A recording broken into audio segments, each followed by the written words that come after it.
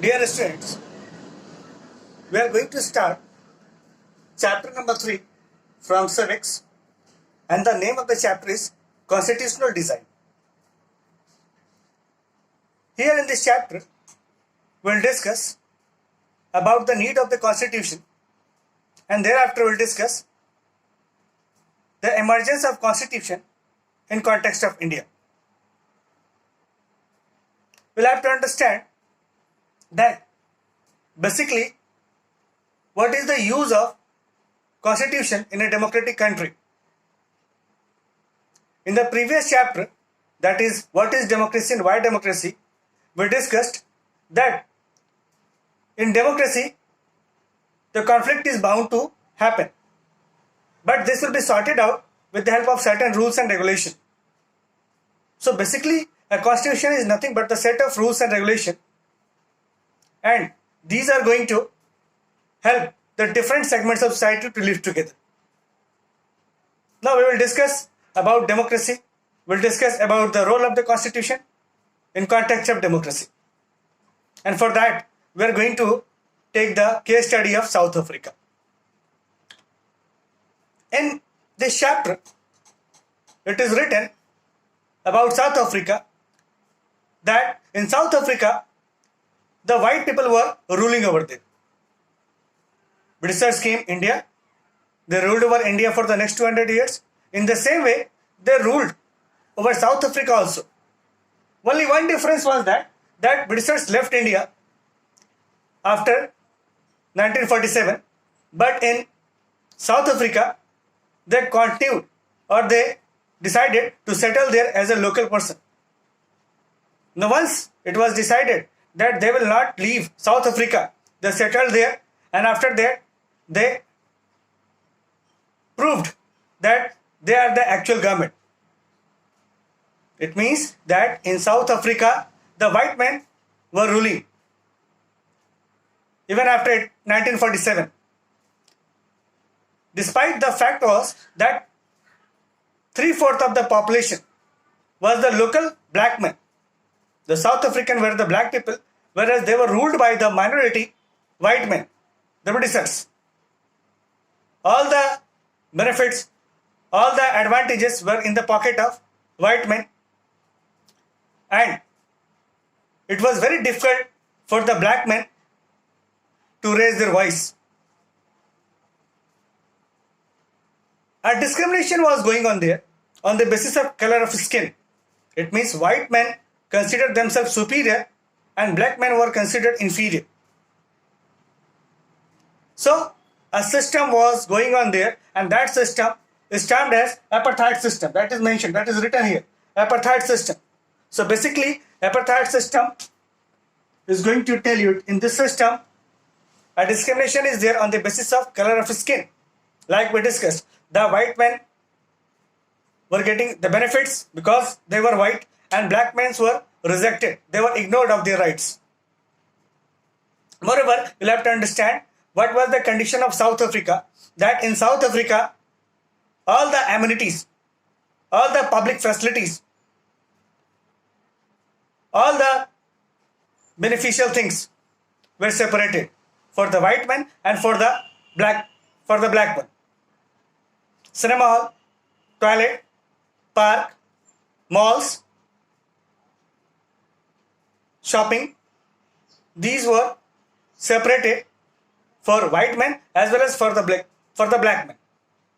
And black men were not allowed to go in the white area.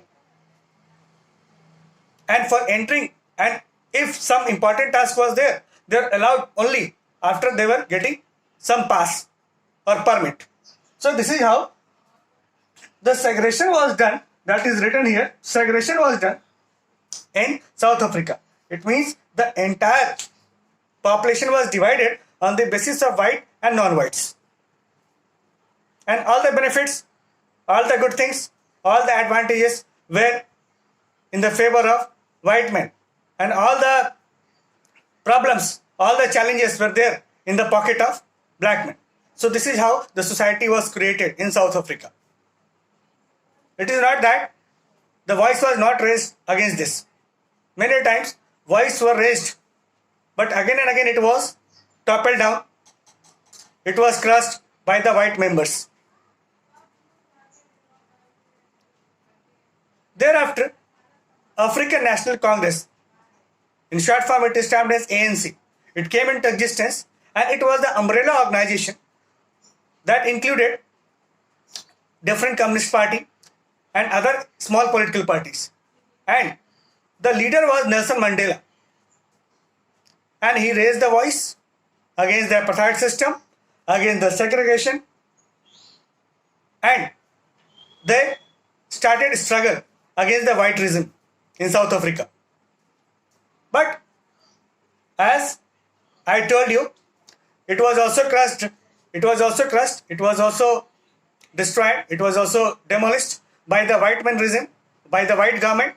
And finally, Nelson Mandela, he was arrested and he was sentenced to jail for the next 28 years. He was sentenced to jail for the next 28 years, in which only one cell was there without any bed. And you have to understand that he was sent on the charge of treason or betrayal of the country. So the Britishers or the white men framed false charge on the Nelson Mandela and he was sent to jail. When he came back from jail, after spending his 28 years, when he came back, a new system was waiting for him. A new horizon was waiting for him. And when the Nelson Mandela came back, he was welcomed with great enthusiasm. And after that, the white men also recognized him as the sole leader against the apartheid system. He got the world support, and after that, finally, in South Africa, the government of the white regime, they decided to give them participation in the government.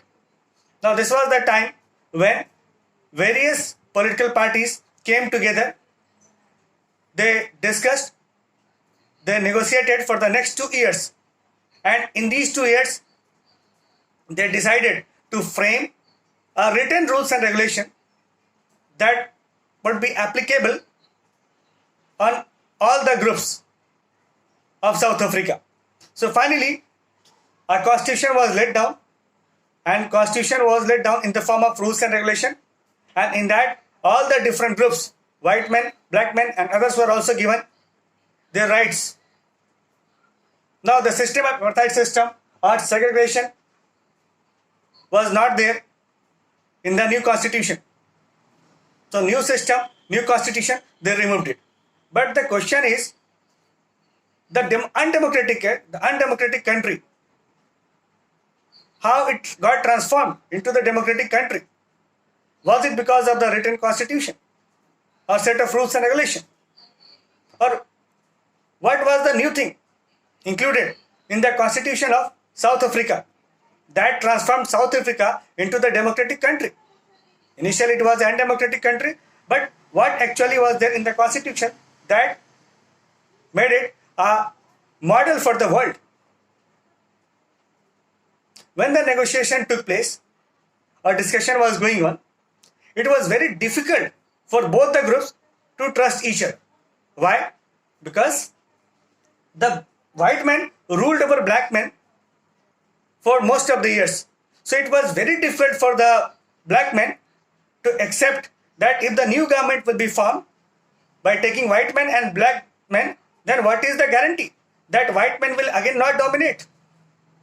And white men were in the puzzle that if a government will be formed, then what is the guarantee that the black men who were misbehaved for so long, they will not take revenge? So both sides were very suspicious to each other. They are not ready to accept each other power. But ultimately, through trust developed. And how the trust developed? Because all the things were written. All the things were developed in the written form. And this is how a new constitution was developed in South Africa. So you have to understand this point, that this is how a constitution emerged, and with the written constitution, the problem that was there in South Africa, it got solved.